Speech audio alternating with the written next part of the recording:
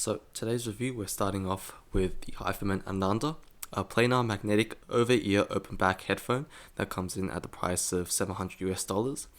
Now this is a headphone that you could say is probably even my most used headphone out of my whole collections. So starting off the build, it's quite a solid build. It's mostly metal, as in the hinge and the headband, compared to prior Hifiman headphones. It's all very solid feeling. The cups themselves are sort of plastic, but it is feels quite good in the hands, not feeling quite cheap like the older Hifiman headphones. And the headband itself, again, it's metal. You get these metal hinges. The only plastic on the headband seems to be this plastic ratchet mechanism. However, it still feels not too bad. Moving on to the headband itself, it is a stiff leather that feels durable, although I would have liked it to be a little softer. Grills themselves are metal, I'm pretty sure, because they are quite cold in the cold weather. And again, the cups are more of a speckled black.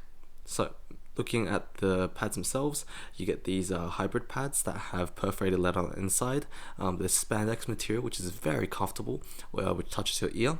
And again, you have solid leather on the outside to seal it off a little bit. I'd say that comfort-wise, this is a really comfortable headphone. I can wear it for hours at an end.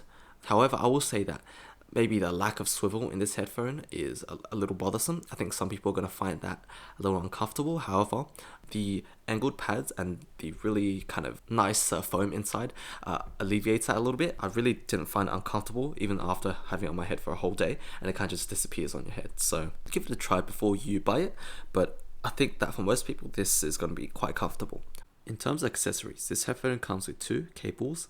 I believe they are both silver cables, silver plated copper. However, they both are quite stiff and very springy. Although I will say from a comfort perspective, they are quite light and of a good length. So if you're sitting at home, it's not that big of an issue. But if you're out on the go, that springy will get in the way a lot of the time. Other than that, I think it is a little lacking in terms of accessories. I would have liked a carrying case. Overall, it's not too bad. Moving on, with this headphone, I think that the bass is quite good. I wouldn't say it's the top of the class, but there are some qualities which it really does stand up to more expensive competition, especially the sub bass. I think the sub bass is probably the highlight of the bass in this headphone because you get a good amount of slam.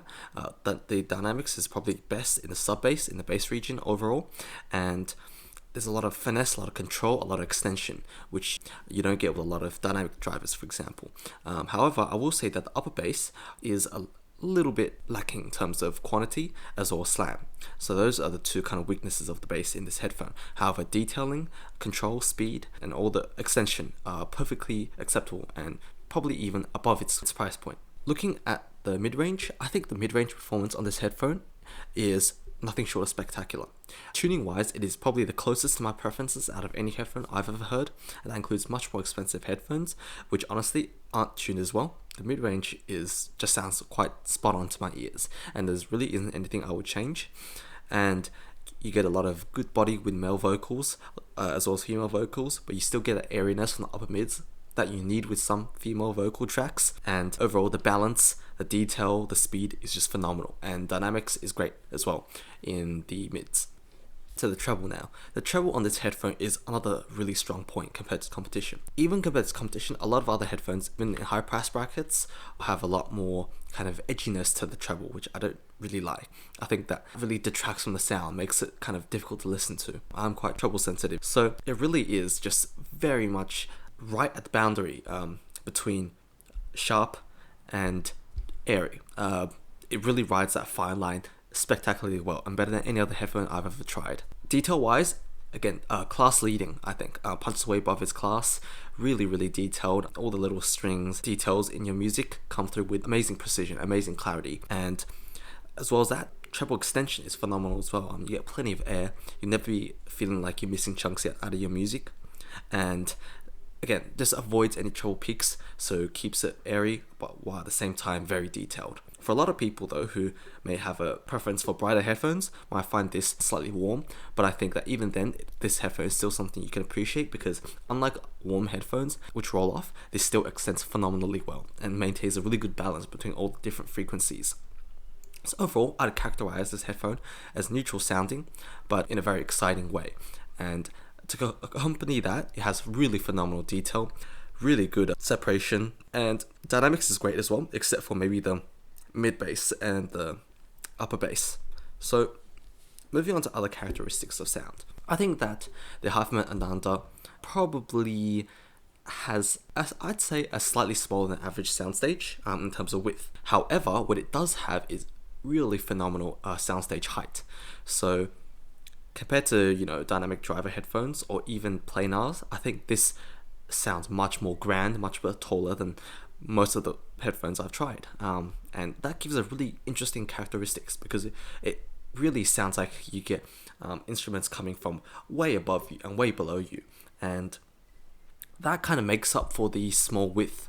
I wouldn't call it small, but I'll call it average width. That really makes up the average width to give it overall a huge sounding presentation, a really grand sound, if you may. So for soundstage, I really like it on this headphone because it gives you that intimacy, so that you can hear all the details while also making it sound very grand, so that you get that scale, that kind of grand open sound. Moving on, I think for imaging and presentation, I think this headphone does imaging spectacularly well. You can pinpoint every single instrument within that soundstage, and part of it has to do with the fact that it's narrow but tall, so that you get really good separation because there's more space in that tall soundstage for instruments to be placed in, and combine that with an intimate width, and that provides really good clarity and separation from one another. So I think that this headphone does imaging separation phenomenally well. Again, class leading. So finally, I think probably went over this a little earlier, but again, the main weakness of this headphone is it's not the most dynamic out of its price point. I think there are other headphones in its price point that slam a little harder. However, this headphone does have a softer, more ethereal presentation that I think a lot of people are going to find really pleasing. And while it doesn't slam as hard as some of them, it still has really good dynamics. So I think that's something people gloss over. They tend to treat dynamics as, it's not good on this headphone, but it's actually quite good. It's just that compared to the rest of its performance, it isn't as class leading as the other aspects. Finally, comparisons. It really competes at around the $1,000 price point. So we're talking about things like the Odyssey LCD 2C. Compared to LCD 2C, this headphone, I think, beats that in almost every single way. I think that the Ananda resolves better in pretty much all the frequency ranges except for bass. The Ananda will soundstage almost as good in terms of width, and much better in terms of height. So again, Ananda wins for soundstage, wins for separation, wins for extension, treble extension. The only area where the LCD 2C wins would be bass extension and bass slam. Tuning wise, the Ananda again just smokes the LCD 2C, which sounds a little more unnatural. It sounds like the upper mids are recessed, and there's a bit of a shout in the mid-range, lower mids. So again, Ananda is much more neutral, much more balanced of a tuning compared to the 2C. Compared to something like the Alex, it's tuned very well, but honestly, I think the Ananda is arguably tuned even better. And also, the Alex will have a bit better slam in the bass. Focal drivers are really good for dynamic slam. However, it just falls behind drastically in terms of detail, in terms of resolution, in terms of that soundstage height, separation, imaging, all those aspects, and even speed. I think I forgot to mention, but this is a very fast sounding headphone. Planar headphones tend to be very fast sounding, and this has that characteristic. But at the same time, it also has that ethereal sound. So it's a really interesting combination. And finally, I think that it's fair to even compare this to some more expensive headphones. So, for example, compared to the Focal Clear, I think this headphone really holds up. Focal Clear does everything a little bit better, except for soundstage height and tuning. However, the difference is not that big. Example, resolution. I think Ananda almost gets there to be on par with the Clear. So, the fact that it can even compete with headphones at that sort of price gives you an indication of how good Ananda is. Focal Clear would be my benchmark for the $1,500 price range. So the fact that the Ananda can compete with something that is pretty much almost double its price point is really incredible. And against something like the LCD-X, I would probably take Ananda over the LCD-X, to be honest, because the LCD-X is like a worse Clear, where you really get a similar level of resolution, but it comes at the cost of tuning. The LCD-X just sounds really bizarre, and just very strange. Trebles, edgy, very, very bright. There's upper mid suck out that's very noticeable, and lower mids is a bit of a shout. It's very weird overall. So LCD-X, I will not take over the Ananda. Ananda detailed almost just as well, much better tuning. Sounds taller because the LCD-X is probably the most intimate sounding of all the Audizies, and the LCD-X slams better, but it comes at the cost of that frequency response, which I find to be more of an issue than less slam.